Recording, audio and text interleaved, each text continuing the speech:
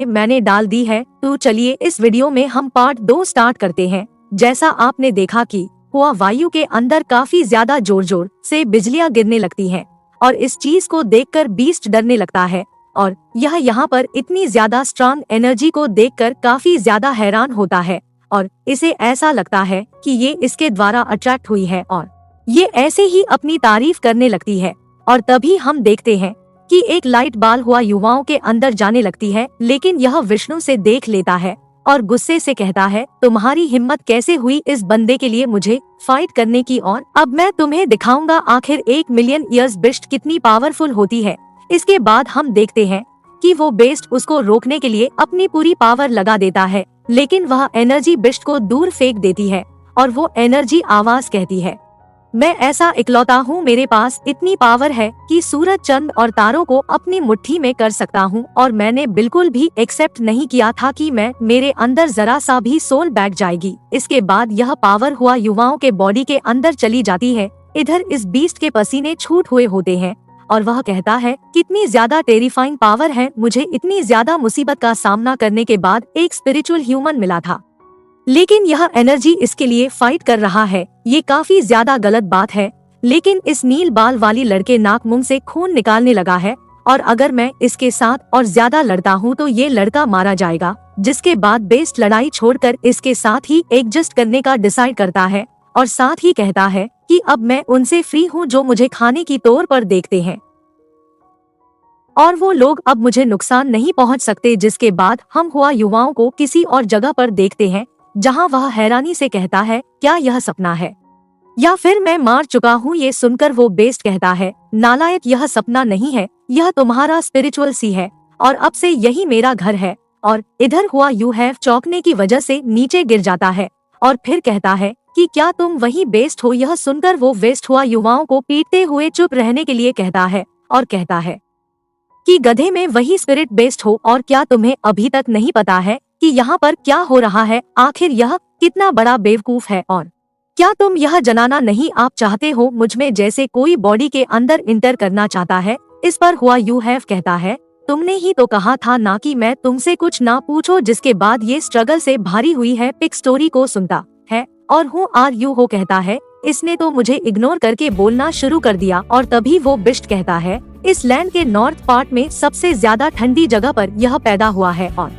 इसके नेचुरल दुश्मनों में से एक से छुपाने के लिए एक की ट्रैक के अंदर चला गया जहां पर 10,000 एयर ओल्ड कोल्ड सम था और फिर यह वहां खाता और सता जी वजह से बाद में यह एक स्ट्रॉन्गेस्ट 9,000 स्पिरिट बेस्ड बन गया। और फिर हुआ यू हैव मजे लेते हुए कहता है, तुम तो बस शुरुआत से लेकर अंत तक सिर्फ खाता और सोते रहे। और इस बात को सुनकर उसे बिस्ट को काफी ज्यादा बड़ा लगता है और वो गुस्से से कहता है कि आखिर सोते रहने में क्या दिक्कत है और इसने ऐसा पूरी डिग्निटी के साथ किया है और तुम इतनी ज्यादा लंबे समय तक सो नहीं सकते हो। लेकिन जब मैंने कोल्डन एसेंस को का लिया तो मैं चोरी छुपी उसे क्रैक बॉटम के अंदर चला गया और मुझे स्पिरिट बिस्ट के ग्रुप के द्वारा पकड़ लिया गया जो कि इसके अंदर के हेवन और अर्थ के एलिमेंट्री पावर को अब्जॉर्ब करना चाहते थे और मैं काफी ज्यादा डेस्परेट था। मेरे ऊपर 10th गोल्डन मार्क अपर हो गया और अनजाने में मैं 1 मिलियन और के स्पिरिट बेस्ड बन गया और ब्रेक थ्रू करने के बाद जब पावर मिली तो मैं वहां से अंडरग्राउंड होकर भाग निकाला और उसे समय मुझे काफी ज्यादा इम्पोर्टेंट चीज याद आई। इधर पीछे से हुआ यू हैव जोर से कहता है,